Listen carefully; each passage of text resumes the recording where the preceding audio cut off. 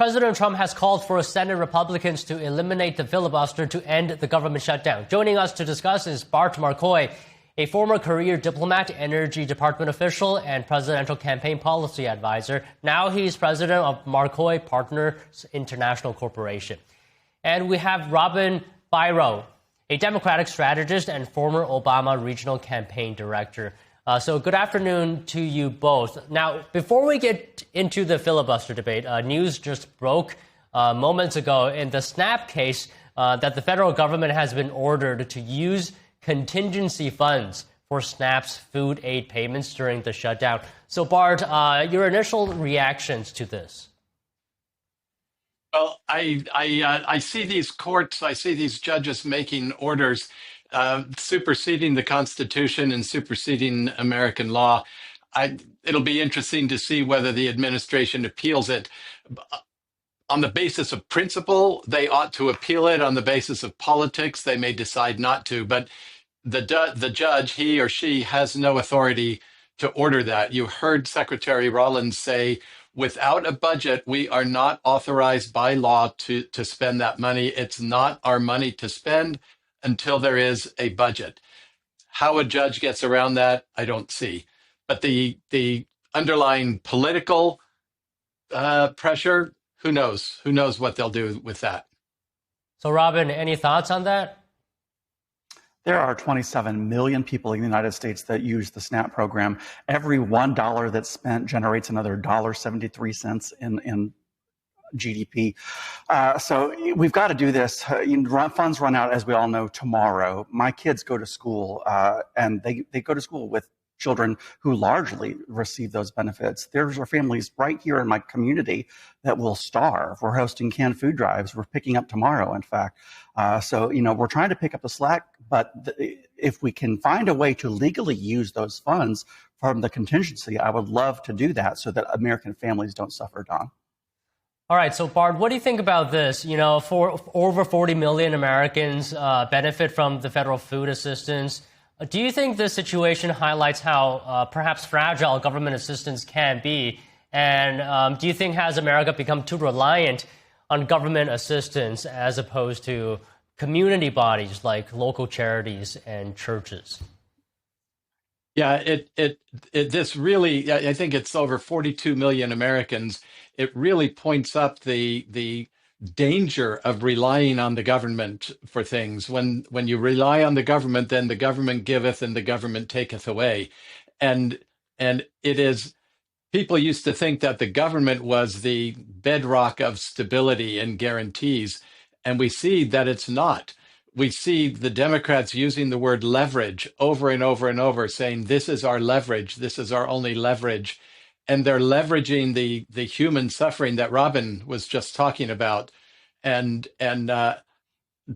when I was a kid, there was government relief available, but when you needed food, you went to a church, you went to your family, you went to your neighborhood association, and people gave freely.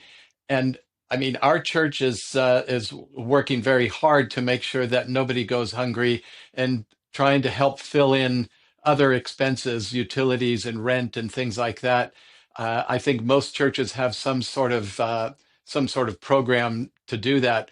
We work hard at the local food bank to make sure that they're full. The demand on them is great, but the community around has risen and met the demand, and the shelves at the food bank are not empty in spite of this increased demand. So yeah, don't rely on the government. Find other charitable sectors. They're much more reliable. Robin, I think Bart raises a good point there that do you think we need to put more emphasis on strengthening communities to help families overcome difficult times such as this? Yes, absolutely. And my church is also doing that. Like I said, my kids' Boy Scout troop is organizing a canned food drive tomorrow. I want to say to the viewers, Donations of food and shelf-stable goods are certainly appreciated right now, but I spoke directly with some of our local area food banks. Their funding is actually affected directly because of the government shutdown. So they told me directly that what they need right now are financial donations. So please, by all means, Google your local food banks and help supplement some of their funding, because right now they're not receiving some of the government funds that they usually get to offset their own expenditures. But by all means, also fill up your little neighborhood food pantries. There, it's pretty much at every community. There's a little miniature food pantry somewhere in your neighborhood where people can just drive their cars up and pick out exactly whatever they need. So make sure that those shelves are stocked. Yes.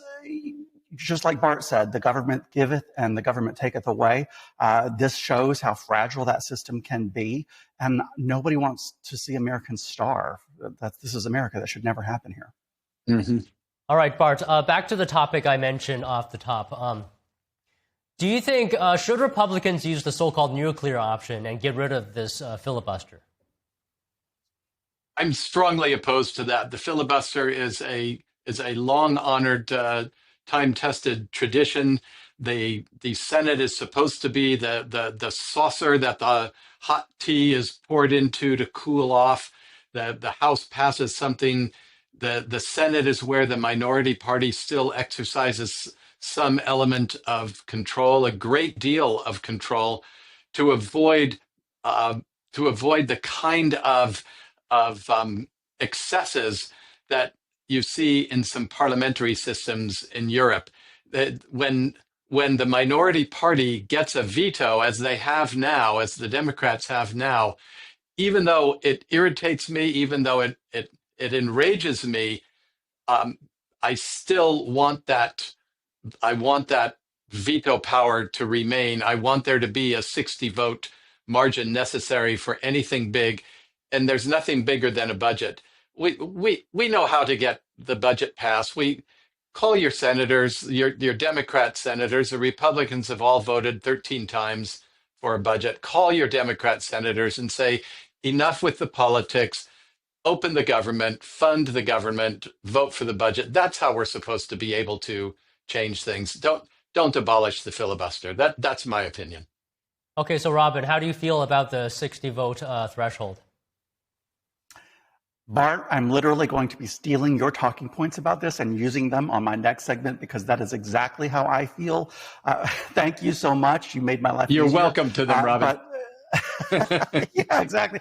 We were in this position as Democrats, and I disagreed with my party then wanting to use the nuclear option at that time during Biden's first 2 years. And if I were, a representative right now elected, I would still feel strongly, just like Bart said, that we need to preserve the filibuster. It exists for a good reason.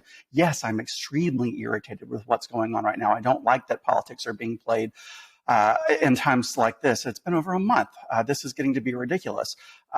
But I think there are ways that we can negotiate some things out here. There's one thing right away.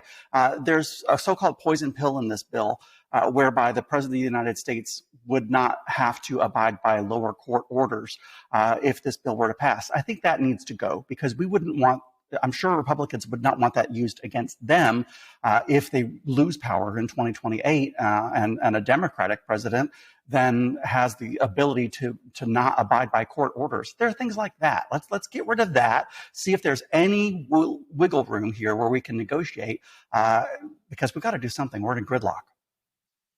All right, so Bart, you made your position very clear, but how do you respond to President Trump saying if Republicans don't do it now, Democrats will just do it in the first day they take office? They might, and we can't control that. They have done it before. They did it with judges. Harry Reid changed the rules of the Senate to abolish the filibuster for confirming judges. Came to regret that very quickly. Mitch McConnell, the people call him the turtle. I got to say, I've had my differences with Mitch McConnell, but he sure was right. He said, "You're probably going to regret that, and it'll probably be sooner than you think." And boy, was he right. A year and a half later, President Trump was in office, and he nominated 3 Supreme Court justices that went through on a majority vote. If there had been the filibuster, if Reid had not abolished the filibuster for judicial confirmations, we would have had three very different justices on the Supreme Court. I'm glad they're there. I like having them there. I think they're restoring a balance to the court. But yeah, the Democrats might do it, but we can't stop them. We can stop ourselves from doing it. And you start on that slope where each side is doing it every time they have control, and then it becomes a very slippery slope. So, Robin, you and Bart are very much aligned on this issue. So let me play the devil's advocate's part. What do you say to the argument that the filibuster is often used as an obstruction tool? It exists for a reason. Yes, it is used as an obstruction tool. We saw that, like I said, in President Biden's first 2 years. And it's necessary because, just like Bart said, sometimes there's legislation that gets through the House that just doesn't really, it's not what's needed. The Senate exists as a stopgap measure to prevent bad legislation going through.